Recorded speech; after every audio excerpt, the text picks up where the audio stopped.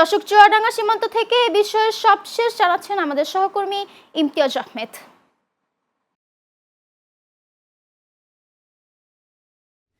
ধন্যবাদ সঞ্জিদা।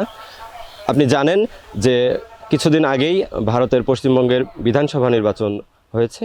ভারত সরকার একটি নির্দেশনা দিয়েছে, আমরা যতটুকু জানতে পেরেছি, যে ভারত বাংলাদেশের যে সীমান্তবর্তী এলাকা রয়েছে সেখানে বিভিন্ন স্থানে কাঁটাতারের বেড়া না থাকার কারণে সেটি যেন খুব দ্রুতই কাঁটাতারের বেড়া স্থাপন করা হয়, সেটি জোরদার করার জন্য এবং দ্রুত যেন ব্যবস্থা নেওয়া হয় এ বিষয়ে তেনারা জোর দিয়েছেন। এবং আমরা যতটুকু জানতে পেরেছি, বিজিবি বাংলাদেশ বর্ডার গার্ড তাদের পক্ষ থেকে সীমান্তে জোরদার করা হয়েছে নজরদারি এবং তৎপরতা বাড়িয়েছে, যেন কোনো রকম অনুপ্রবেশ, চোরাচালান এবং পাচার কার্যক্রম না ঘটে। এজন্য বর্তমানে নিরাপত্তা আরও জোরদার করা হয়েছে বলে জানিয়েছেন বিজিবি কর্তৃপক্ষ। আমি যেখানে দাঁড়িয়ে রয়েছি আপনারা দেখতে পাচ্ছেন বাংলাদেশ ভারতের শূন্য রেখায় আমার পিছনেই রয়েছে ভারত সীমান্ত।